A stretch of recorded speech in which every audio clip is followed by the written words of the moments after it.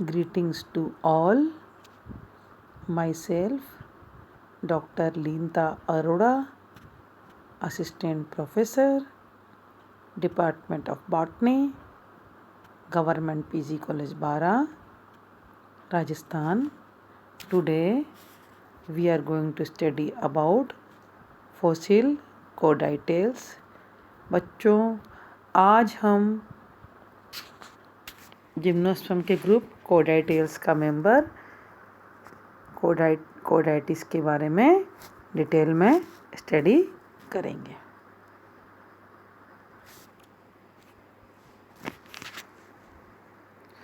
Chordates are carboniferous and permian seed plants that are considered to be related to conifers.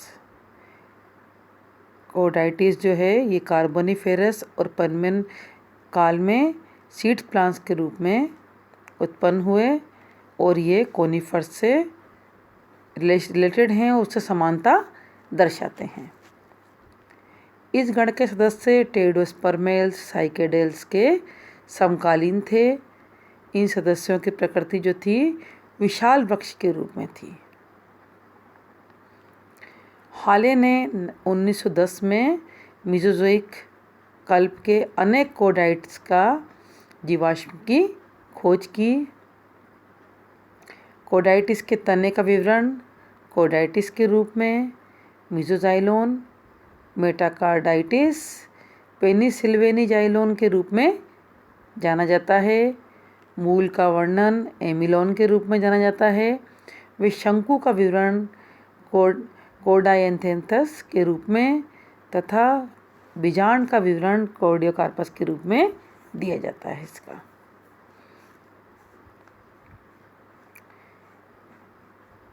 जीवाश्मी पादपों का ये समूह टेरिडोस्पर्म के समकालीन होते हुए भी उससे कुछ भिन्न भी है।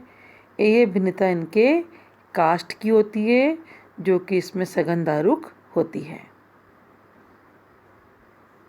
ये वर्ग अधो कार्बोनिफेरस काल के डिवोनियन काल के अंत में 30 मीटर या उससे ज़्यादा 33 मीटर की ऊंचाई के विशाल वन के रूप में विकसित हुए। परमियन के अंत तक कुछ समय पूर्व ही ये परमियन काल का जब अंत हुआ उससे कुछ समय पूर्व ये विलुप्त हो गए। हाले ने 1910 में मेसोजोइक काल के कई कॉर्डाइटेल्स के बारे में कई जीवाश्म की खोज की थी।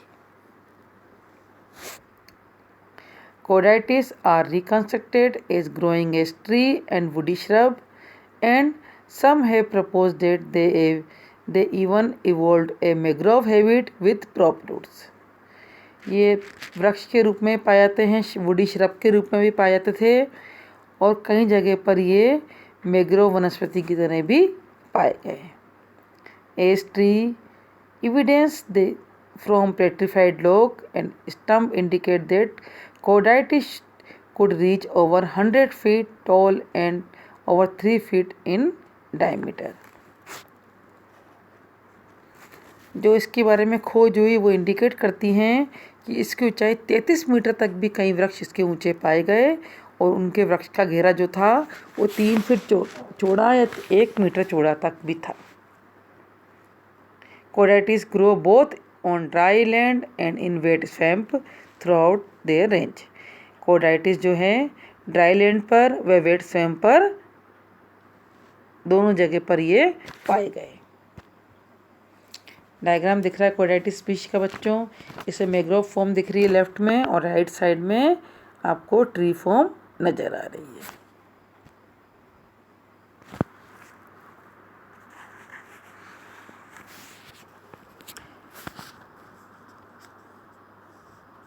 बीजाणुविद Chordates पादप कंप्रेशन के रूप में प्राप्त हुए। ये लंबे सीधे तने वाले 33 मीटर तक ऊंचे थे जिनके शीर्ष पर पत्तियां मुकुट के रूप में उपस्थित थी। आपको इस डायग्राम में इसकी पत्तियां मुकुट के रूप में उपस्थित नजर आ रही हैं। तना अधिकतर शाखित व दुर्बल होता था। जिसके सिरे पर शाखाएं निकलती थी वे मुकुट के रूप में तने के शीर्ष पर व्यवस्थित होती थी।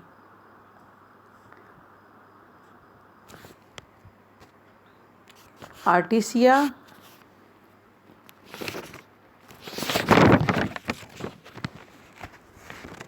artesia is the name given to pith cast of codytilian stem. The pith is a central region of stem consisting of tissue that easily decay, forming a hollow that may be filled by sediment. This central pith cavity is crossed by bands of more decay-resistant tissue that persist, giving artesia its horizontal bands.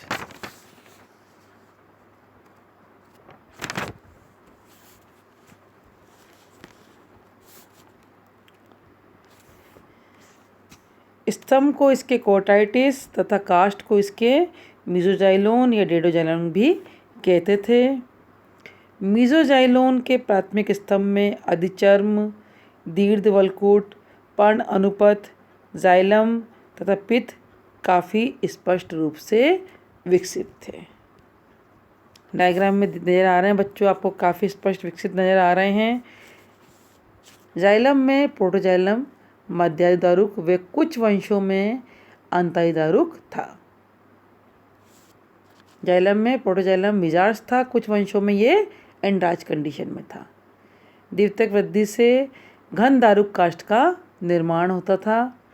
इसकी काष्ठ आधुनिक araucaria से के समानता रखती थी, जिसमें बहुपंक्तिक गर्त होते थे। वल्कुट में अनेक मध्यायुदारुक पर्ण अनुपथ उपस्थित थे।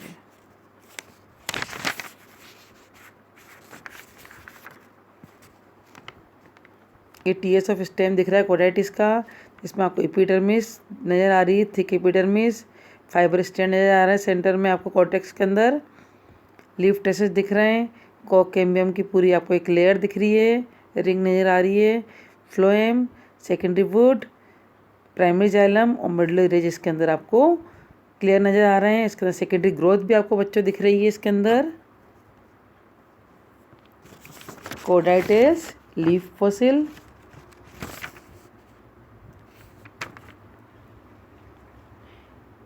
पत्तियां इसकी रिबन सदस्य, सरल, सावरंत, सर्पिल रूप से व्यवस्थित तथा समानांतर शिराविन्यास युक्त थी। पत्तियों के आकार में भिन्नता के आधार पर कोडाइटिस वंश की पत्तियों के आकार में विभिन्नता के आधार पर कोडाइटिस वंश को 3 उपवंशों यूकोडाइटिस, डोरिकोडाइटिस तथा पोवाकोडाइटिस में विभक्त किया।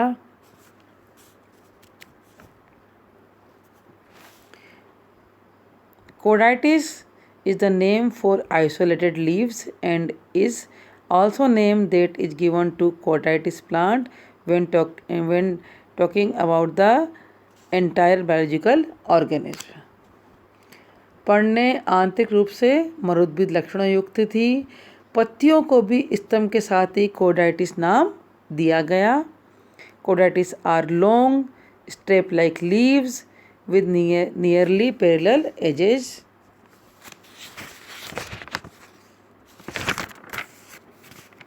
पत्तियां इसकी रिबन सदस्य से सरल, सवरंत, सर्पिल रूप से व्यवस्थित वे समानांतर शिराविन्यास युक्त वे लंबी होती थी। Numerous closely spaced veins run along its length, none of which are more prominent than others. Coditis are so long that they are rarely found complete.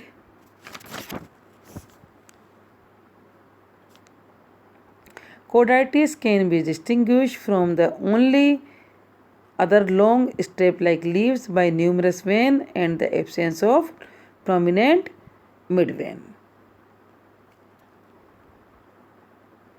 पढ़ने आंतरिक रूप से मरोद्भिद लक्षणों युक्त थी।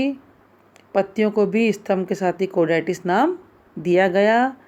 पत्तियां पृष्ठाधार रूप से चपटी, डोर्सीवेंट्रल, बाइफेशियल तथा ऊपरी तथा निचली अधिचर्म युक्त थी। दोनों अधिचर्मों के नीचे दृढ़ोत्की कोशिकाओं के समूह उपस्थित थे। स्पंजी व खम ऊतकों का विभेदन स्पष्ट रूप से था, यानी कि इसकी पेरेन्काइमा जो थी लीफ की वो पेलिसेड और स्पंजी पेरेन्काइमा में क्लियरली डिफ्रेंशिएट थी। संवहन ऊतक मध्याधारुक थे जो एक स्पष्ट द्रोत की पूल आच्छाद से घिरे हुए थे।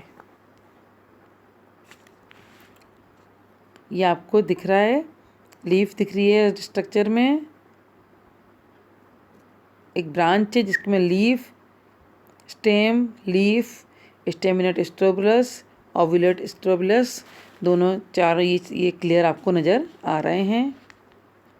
ये इसकी पत्ती की आंतरिक संरचना दिख रही है इसमें आपको इसमें कि जो इसका पेरेन्काइमा है स्पॉन्जी व पेलिसेड में हल्का हल्का डिफ्रेंशिएट दिखाई दे रहा है आपको। टीएस ऑफ लीफ का स्ट्रक्चर दिख रहा है आपको, इसमें थिक क्यूटिकल दिख रही है आपको, एपिडर्मिस दिख रही है, डोर्सीवेंट्रल लीफ नज़र आ रही है क्लियर आपको, जो कि ऊपरी व निचली अधिचर्म युक्त थी दिख रही है आपको। दोनों अधिचर्मों के नीचे तड़ोत की कोशिकाओं के समूह भी क्लियर नज़र आ रहे हैं बच्चों। पेलिसेड व स्पॉन्जी पेरेन्काइमा का डिफ्रेंशिएशन भी क्लियर नज़र आ रहा है। संवहन फूल जो मध्याधारुक थे वे जो एक स्पष्ट द्रोत की पूल अच्छा से घिरे होते थे वो भी इसके अंदर आपको दिख रहे हैं। बेसोफिल दिख रहा है आपको, इलोंगेटेड सेल कनेक्टिंग बंडल दिख रहा है, बीच में ट्रांसफ्यूजन टिश्यू दिख रहे हैं।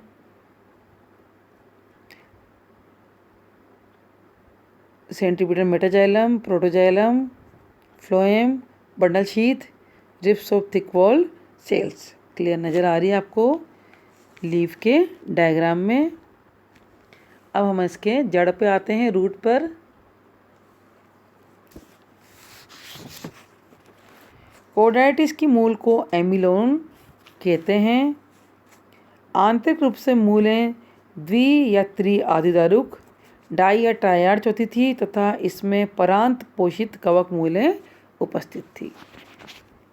रूट कैसी थी? डायार्च या ट्रायार्च थी और इसके अंदर माइकोराइजा प्रेजेंट थी।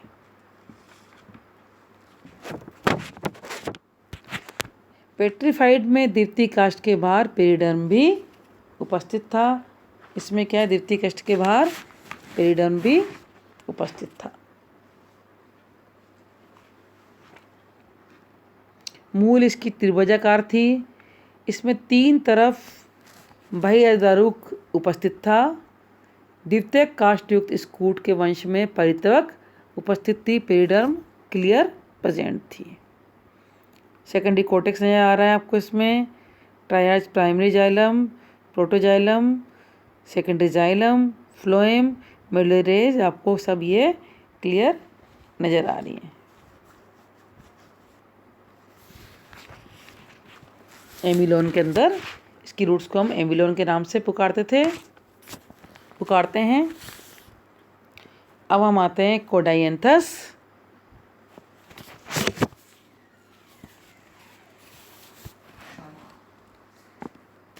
Codainthus is the name of the ovule or pollen bearing cone of Codaitis plant.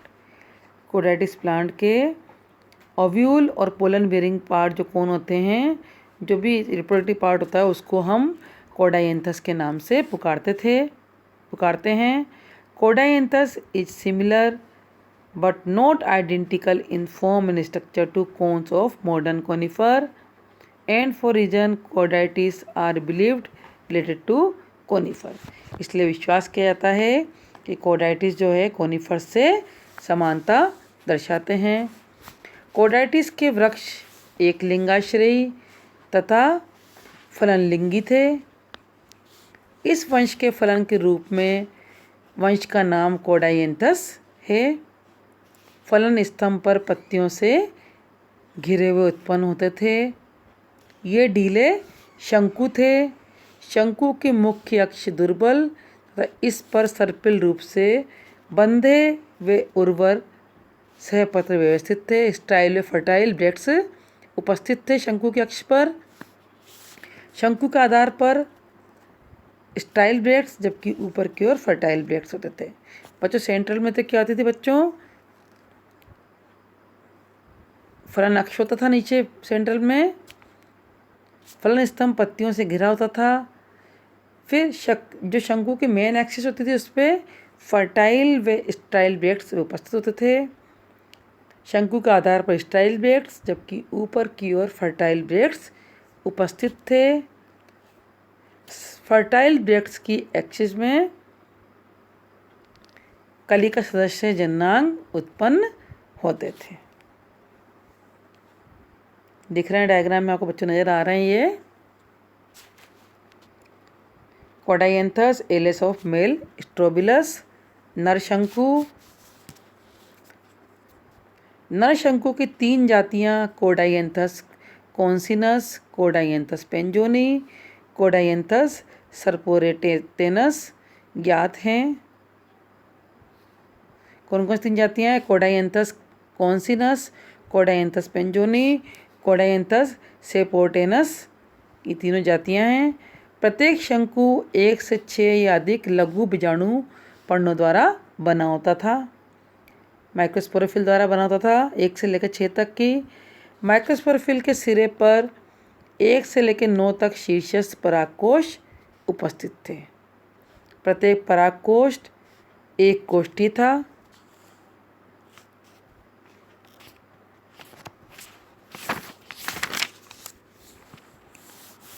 नर युग्मोद्भिद के बारे में ज़्यादा ज्ञात नहीं है। हालांकि कोडाइटिस के परागकणों के जीवाश्म मिले हैं। परागकण गोल 100 माइक्रोव्यास के थे। परागकणों भारी मोटी खुरदरी एक्साइन व भीतरी एंटाइन उपस्थित थी। एक्साइन एक मोटे वायुकोश के रूप में फूली हुई थी। परागकण में संभवतः बहुकोशिकीय नर युग्मोद्भिद था, जिसमें 4 से 5 बहुबीजाणुजन कोशिकाएं तथा शेष प्रोथेली कोशिकाएं रही होंगी। परागकण में संभवतः बहुकोशिकीय नर युग्मोद्भिद था परागकण इसका, जो इसमें 4 से 5 स्पोरोजिनस सेल व शेष प्रोथेलियल सेल प्रेजेंट रही होंगी। ये आपको नरशंकु का डायग्राम, मेल स्ट्रोबिलस का डायग्राम नज़र आ रहा है बच्चों। नरशंकु जिसमें सेंट्रल एक्सिस है, जिसमें कि फर्टाइल व स्टाइल ब्रेक्स लगे हुए हैं। नीचे स्टाइल हैं, ऊपर के फर्टाइल ब्रेक्स लगे हुए हैं। इसमें माइक्रोस्पोरोफिल लगे हुए हैं और इनके ऊपर बहुत सारे माइक्रोस्पोंजिया लगे हुए हैं। अब हम फीमेल पार्ट पे आते हैं इसके। मादा शंकु वे स्त्री युग्मोद्भिद, female strobilus and female gametophyte. मादा शंकु के अक्ष पर नीचे की ओर बंधे से पत्र, जबकि ऊपर की ओर 1 से 4 तक उर्वर गुरु बीजाणुपर्ण सर्पिल रूप से व्यवस्थित थे। डायग्राम में आपको नजर आ रहा है मादा शंकु के नीचे की ओर स्टाइल ब्रेक्स, जबकि ऊपर की ओर फर्टाइल ब्रेक थे। ऊपर की ओर 1 से 4 फर्टाइल मेगास्पोरोफिल सर्पिल रूप से व्यवस्थित थे। Bracts, fertile appendages, sterile appendage of dwarf shoot, ovules इसके नजर आ रहे हैं।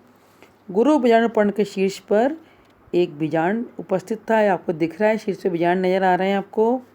कभी कभी गुरु बीजाणुपर्ण द्विभाजित रूप से शाखित होने पर उसके प्रत्येक शाखा पर एक बीजांड उपस्थित होता था। सेंट्रल एक्सिस नजर आ रही है, नीचे स्टाइल ब्रेक्स दिख रहे हैं, ऊपर फर्टाइल दिख रहे हैं, जिसमें फर्टाइल ब्रेक्स के में फर्टाइल एपेंडेजेज लगे हुए हैं, जिसमें ओव्यूल्स लगे हुए हैं। आपको बच्चों क्लियर नजर आ रहे हैं। बीजांड द्विपार्श्विक रूप से सममित, द्विपर्तीय, एक बीजांड आवरण से आवृत था। इसके भीतर अंडाकार बीजांड का न्यूक्लियस ऊतक उपस्थित होता था। बीजांड आवरण व बीजांड का एक दूसरे से संयुक्त नहीं होते थे। ऐसा विश्वास किया जाता है कि स्त्री युग्मोद्भिद एक लंबी रचना थी, जिसके शीर्ष पर 2 स्थिधानियां उपस्थित थी। ऐसा विश्वास किया जाता है कि मेल गैमेटोफाइट एक लंबी संरचना थी, जिसके शीर्ष पर 2 आर्किगोनिया उपस्थित थी। न्यूक्लियर बीक नजर आ रही है, जिसमें पोलन ग्रेन माइक्रोपाइलर केनाल नजर आ रही है बच्चों इसमें। अब आते हैं हम कार्डियोकार्पस।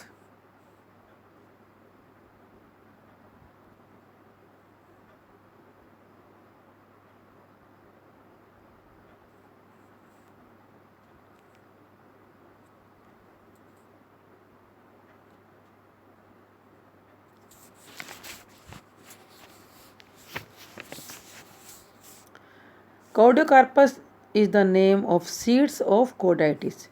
कोडाइटिस के सीड्स को कार्डियोकार्पस के नाम से पुकारा जाता है। Heart shaped and winged, these seeds are relatively rare in Oklahoma's Carboniferous deposits.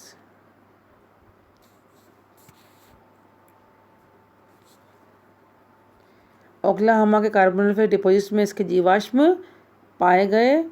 ये सीड्स हार्ट शेप्ड होते थे और विंग्ड होते थे। कोडाइटिस के बीज चपटे वे हृदयाकार होते थे, इसे हम समारोप्सिस भी कहते हैं। ये 2 स्तरीय टेस्टा बाह्य चोल बीज चोल से ढके रहते थे। हार्ट शेप सीड्स का आपको स्ट्रक्चर नज़र आ रहा है बच्चों डायग्राम में। ये इसके सीड्स का स्ट्रक्चर है। ये कोडाइटिस कंप्लीट हो गया बच्चों। एक बार मैं आपको ब्रीफ में बताना चाहती हूँ इसके बारे में। कोडाइटिस के मूल को एमिलोन के नाम से पुकारते हैं। कास्ट को इसकी कोडेजाइलोन, मिजोजाइलोन, डेडाजाइलोन के नाम से पुकारा जाता है। स्तंभ व पर्ण कोडाइटिस के नाम से पुकारे जाते हैं। पुष्पक्रम व शंकु को कोडाइएंथस के नाम से पुकारा जाता है। बीज इसके कोर्डियोकार्पस, समारोप्सिस के नाम से जाने जाते हैं। धन्यवाद बच्चों, ये चैप्टर कंप्लीट हो गया। Thank you so much.